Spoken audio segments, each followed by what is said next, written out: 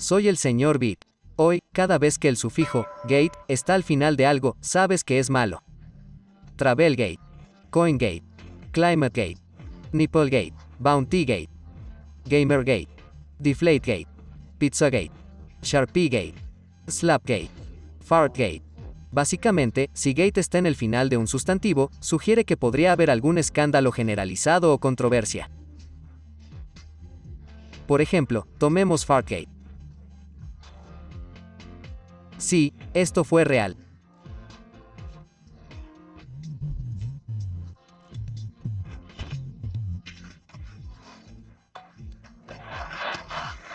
Entonces, la controversia fue que alguien claramente se tiró un pedo en el aire cuando Chris Matthews de MSNBC estaba entrevistando al congresista Eric Swalwell, pero hasta el día de hoy nadie ha admitido haberse tirado un pedo.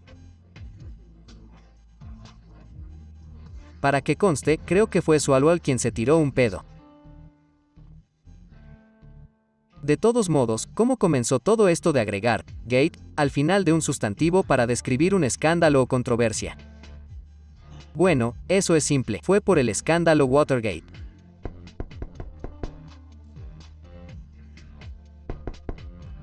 Steven, ¿qué fue el escándalo de Watergate? Mr. Beat, ¿de verdad quieres saberlo? Esteban, sí. Mr. Beat, ¿de verdad crees que puedes manejar esto? Esteban, sí. Mr. Beat, girándose hacia la cámara, bien. Hagámoslo. Esta es la historia del escándalo Watergate. Érase una vez. Bueno, el 17 de junio de 1972, para ser exactos, 5 hombres irrumpieron en la sede del Comité Nacional Demócrata en el edificio de oficinas administrativas de Watergate en Washington, D.C. Steven, es por eso que se llama Watergate. Mr. Beat, sí, por eso se llama Watergate. De todos modos, los 5 hombres intentaron establecer una intervención telefónica y fotografiar documentos confidenciales del Partido Demócrata. Bueno, Forrest Gump llamó a un guardia de seguridad de Watergate llamado Frank Wills y se lo contó.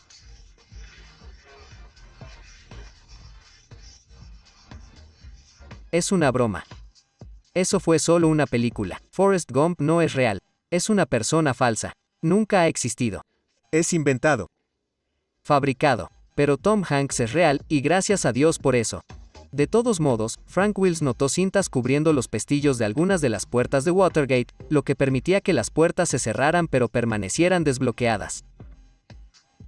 Llamó a la policía, y rápidamente vinieron y arrestaron a los hombres. Pocos sabían que estos hombres estaban conectados con el Comité para la Reelección del Presidente, o el CRP, o CRIP. Steven, ¿me llamaste creep, asqueroso en inglés? Señor Beat, no lo hice.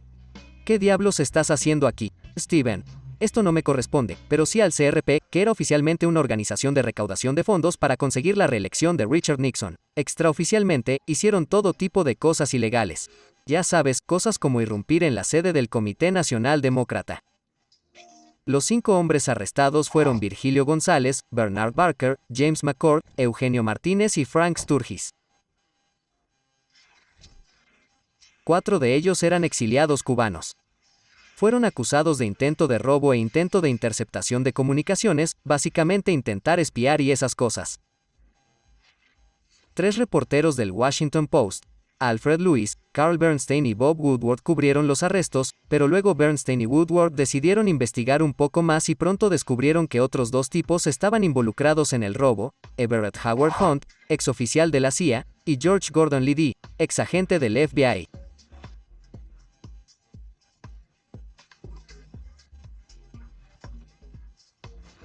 Y ambos eran creeps, asquerosos en inglés. Es decir, ambos trabajaban para la CRIP, o para el CRP, o para el Comité para la Reelección del Presidente. Y también James McCord. De hecho, Bernstein y Woodward también descubrieron que los 4 exiliados cubanos que irrumpieron en Watergate habían trabajado previamente con la CIA, con Hunt en particular. Bueno, Bernstein y Woodward tuvieron un poco de ayuda. Una persona misteriosa comenzó a proporcionarles información importante. A veces llamaba y otras veces Woodward se reunía con él en un estacionamiento oscuro. La persona afirmó que él mismo era un agente del FBI y un editor del Washington Post más tarde, refiriéndose a él mismo, en broma, simplemente como Garganta Profunda. Steven, ¿Garganta Profunda? Mr. Beat, Oye, cuida tu boca. Pronto todos lo empezaron a llamar Garganta Profunda. Resultó que el FBI también investigó el robo de Watergate y fue jugoso.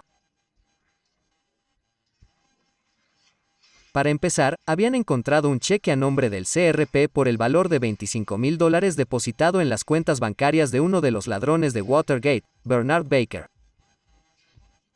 Pronto, el FBI y Bernstein y Woodward también descubrieron que Hunt y Liddy estaban destruyendo todas las pruebas que vinculaban a los 5 hombres que irrumpieron en Watergate no solo con el CRP, sino con el mismo presidente Richard Nixon. Y los altos mandos estaban involucrados. El jefe de Liddy, Jeb Magruder, en el encubrimiento. Incluso John Mitchell en persona. Me refiero a que John N. Mitchell, quien no solo dirigió el CRP, sino que había sido el fiscal general en la administración de Nixon, estaba involucrado en el encubrimiento.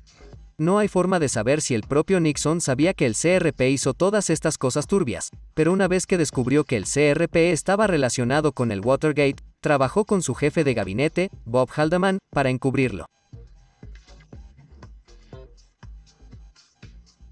Steven, ¿eso no empeoraría las cosas? Mr. Beat, absolutamente. Una vez que Nixon y su administración se dieron cuenta de que la prensa los estaba investigando por estar involucrados en el robo de Watergate, inmediatamente comenzaron a distanciarse. El secretario de prensa de Nixon, Ron Ziegler, dijo que el presidente no tenía comentarios sobre un intento de robo de tercera categoría.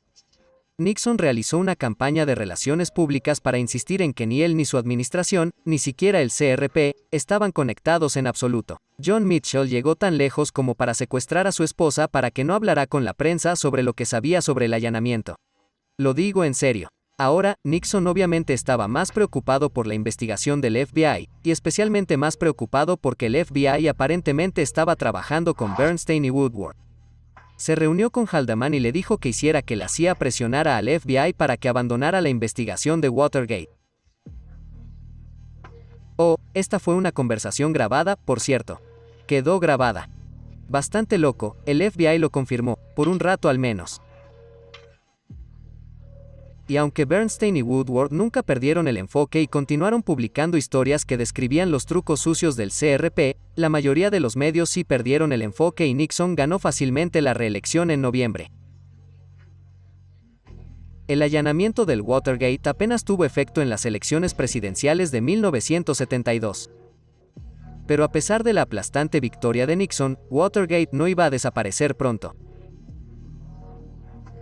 Casi al mismo tiempo que asumió Nixon, comenzó el juicio de los ladrones de Watergate, presidido por el juez John Sirica. Nixon siguió de cerca el juicio y se reunió con sus asesores, los John, sobre las preocupaciones de que los que estaban en el juicio pudieran hablar con la prensa. John Dean, consejero de la Casa Blanca, y John Ehrlichman, asistente del presidente para asuntos internos. El 30 de enero de 1973, los ladrones de Watergate se declararon culpables o fueron condenados por conspiración, robo y violación de las leyes federales de escuchas telefónicas. El juez Sirica, sin embargo, sospechó que había un encubrimiento más grande y que el CRP o el presidente tenían que saber todo sobre el allanamiento de Watergate. Sus sospechas se confirmaron después de que James McCord le escribiera una carta en la que implicaba a Nixon y sus asesores en el encubrimiento. Nixon dijo, sabía que uno de ellos intentaría esta mierda, y volvió a llamar a una reunión de emergencia con John Dean.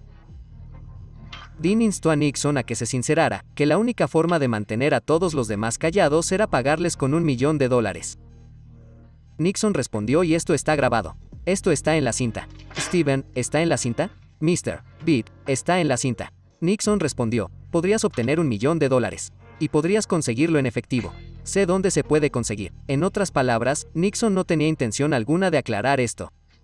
Más tarde, Nixon trató de hacer que pareciera que estaba bromeando, pero independientemente de cuán claro estaba de que Dean no estaba de acuerdo con Nixon, Nixon lo despidió el 30 de abril de 1973. Bueno, Dean había estado trabajando con el FBI en ese momento, de todos modos. Poco después, aunque Ehrlichman y Haldeman parecían estar todavía de acuerdo con Nixon, renunciaron. Bien, después de que Nixon los presionó, y también lo hicieron otros 4 asesores de Nixon.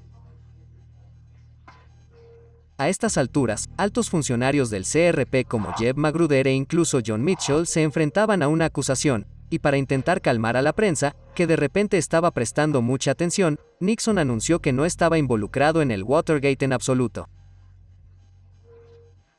Bueno, eso no alivió las mentes del Senado de los Estados Unidos. En mayo, se formó el Comité Watergate, presidido por el respetado senador de Carolina del Norte, Sam Ervin.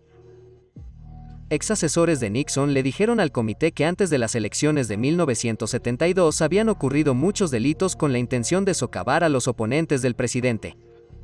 Bueno, Nixon nombró a un profesor de Derecho de Harvard llamado Archibald Cox para que dirigiera una investigación separada e independiente. En junio, el Comité Watergate llamó a John Dean. El senador de Tennessee Howard Baker hizo la famosa pregunta ¿qué sabía el presidente y cuándo lo supo? Dean soltó la lengua. Dijo que había hablado con Nixon sobre el encubrimiento de Watergate muchas veces, y que Nixon se negó a aclararlo. Nixon se puso como, no, son fake news. Dean está inventando esas cosas. Pero los estadounidenses pronto descubrieron que había un nuevo sistema en la Casa Blanca que registraba automáticamente todo en la oficina oval y la sala del gabinete, por lo que si Nixon estaba involucrado en el allanamiento de Watergate o incluso si simplemente lo sabía y estaba tratando de encubrirlo, podría haber evidencia de ello en las grabaciones. Archibald Cox, así como el Senado, citaron de inmediato las grabaciones de la Casa Blanca. Sin embargo, Nixon se negó a liberarlas, citando su privilegio ejecutivo como presidente. Incluso le ordenó a Cox que retirara su citación, pero Cox se negó. En respuesta, el sábado 20 de octubre de 1973, Nixon le dijo a su fiscal general, Elliot Richardson, que despidiera a Cox. Bueno, Richardson se negó e inmediatamente renunció. Entonces, Nixon le dijo al siguiente al mando de Richardson, el fiscal general adjunto William Ruckelshaus, que lo despidiera. Bueno, Ruckelshaus también se negó y también renunció. Entonces, Nixon le dijo al siguiente al mando de Ruckelshaus, Robert Bork, que lo despidiera y Bork dijo, está bien, lo despediré. Todo este fiasco se conoció como la masacre del sábado por la noche. Steven, ¿una masacre? Eso no hace que Nixon sea muy bueno, ¿verdad? Mr. Beat, no señor, y muchos estadounidenses comenzaron a protestar, y después de mucha presión pública, Nixon finalmente accedió a publicar las cintas. Bueno, algunas de ellas al menos. El juez Sirica pidió 9 cintas. Nixon le dio 7, y una de esas 7 cintas, tuvo una gran brecha de 18 minutos y medio que, según los expertos, no pudo haber ocurrido accidentalmente. Esa fue una de las conversaciones con, probablemente lo hayas adivinado, John Dean. En noviembre, Nixon hizo una proclamación ahora famosa, https://www.youtube.com/watch_v sh163n1lj4m. Aún así, a principios de 1974, parecía bastante claro que el presidente Nixon al menos sabía sobre el robo de Watergate y trató de taparlo. Solo que había poca evidencia sólida para probarlo. El 1 de marzo de 1974, un gran jurado acusó formalmente a 7 ex-colaboradores de Nixon, que más tarde serían conocidos como los 7 de Watergate. Ese grupo incluía a los ya mencionados John Mitchell, Bob Haldeman y John Ehrlichman, pero además a Charles Colson, Gordon Strachan, Robert Mardian y Kenneth Parkinson. En abril, el tipo que tomó el lugar de Cox para investigar el allanamiento de Watergate, Leon Jaworski, recibió otra citación para que Nixon publicara 64 cintas adicionales de sus conversaciones en la oficina oval. Bueno, en lugar de publicar las cintas, Nixon les dio transcripciones editadas de algunas de las conversaciones. Nixon incluso le pidió al juez John Sirica que revocara la citación, pero Sirica negó la moción y dijo que Nixon tenía hasta el 31 de mayo para entregar las cintas. Bueno, esto se convirtió en un caso importante de la Corte Suprema llamado Estados Unidos contra Nixon, y de hecho acabo de publicar un video de los informes de la Corte Suprema al respecto, así que siéntase libre de verlo ahora. Dime, ¿ya lo has visto? Steven, sí he visto que, Mr. Beat, no importa. Bueno, para resumir, Nixon perdió ese caso. Nixon no solo había perdido ese caso, sino que ahora también parecía que la Cámara de Representantes lo iba a acusar por los cargos de obstrucción de la justicia, abuso de poder y desacato al Congreso. ¡Wow! No solo eso, Bernstein y Woodward ahora incluso habían publicado un libro completo que repasa su informe sobre todo el escándalo de Watergate que luego se convirtió en una película. Para agosto, el 57% de los estadounidenses querían que Nixon fuera destituido de su cargo. Sintiendo la presión como nunca antes y preocupado por una mayor desgracia, Nixon anunció su renuncia el 8 de agosto de 1974. https://www.youtube.com/watch V =3/Droagepte se convirtió en el primer y hasta la fecha único presidente en la historia de Estados Unidos en renunciar. El hombre que lo reemplazó como presidente, Gerald Ford, más tarde lo indultó por completo, por lo que Nixon nunca enfrentó ningún castigo penal. Por el resto de su vida, mantuvo su inocencia. ¿Pero otros en su administración? Sí, esa es una historia diferente. En total, 69 personas fueron acusadas y 48 personas condenadas por participar, ayudar o encubrir información sobre el robo de Watergate. Una vez más, muchas de estas personas eran altos funcionarios de la administración de Nixon. Algunos de los peores de ellos incluso terminaron cumpliendo condena en prisión. La mayoría de los 48 condenados cumplieron condena en prisión. El Congreso se movió para reducir aún más el poder de la presidencia, aprobando leyes como la Ley de Privacidad y creando comités para supervisar los chanchullos de las agencias del Poder Ejecutivo. En 2005, los estadounidenses se enteraron de que Garganta Profunda, el tipo que proporcionó a Bernstein y Woodward toda la información importante para sus reportajes, era un agente del FBI llamado Mark Feld.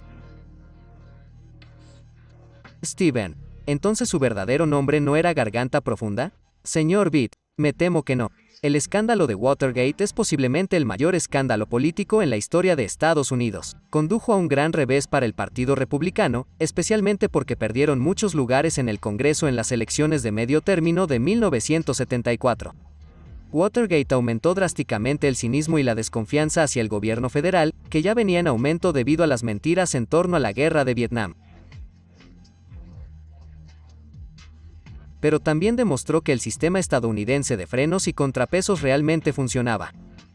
Los poderes judicial y legislativo pudieron combatir la corrupción dentro del poder ejecutivo, y desde entonces los presidentes han sido un poco más cautelosos, diría yo. Bueno, la mayoría de ellos han sido un poco más cautelosos. Lo dejaremos así.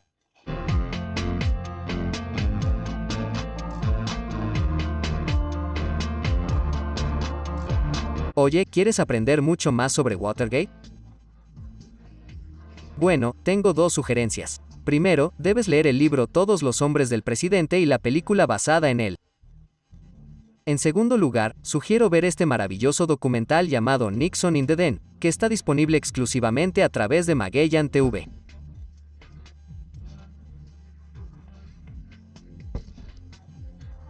Presenta una nueva mirada a Watergate con imágenes raras detrás de escena. Pero una vez que hayas terminado de ver Nixon in the Den, ¿por qué detenerte ahí? Magellan TV tiene el contenido de historia más rico y variado disponible en cualquier lugar, que cubre historia antigua, historia moderna, historia militar y política y biografías. Actualmente cuenta con más de 3.500 horas de documentales. Cada semana se agregan de 15 a 20 horas de contenido nuevo. Magellan TV no tiene anuncios y se puede ver en cualquier momento, en cualquier lugar, en su televisor, computadora portátil o dispositivo móvil, compatible con Roku, Amazon Fire TV, Apple TV, Google Play e iOS. Una membresía anual cuesta menos de $60, pero los espectadores de mi canal obtendrán una prueba gratuita de un mes haciendo clic en el enlace en la descripción de este video.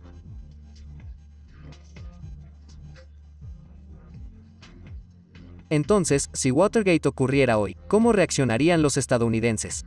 Tiendo a pensar que sería un poco diferente ya que éramos mucho menos partidistas en la década de 1970, pero házmelo saber en esos comentarios.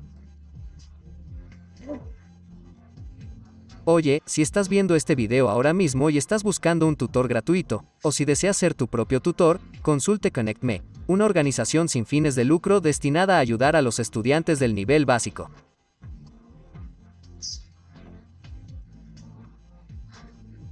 Están haciendo un gran trabajo. Te dejo un link en la descripción para que los veas. Gracias a mi hermano Steven por ayudarme a hacer este video y gracias a ustedes por verlo.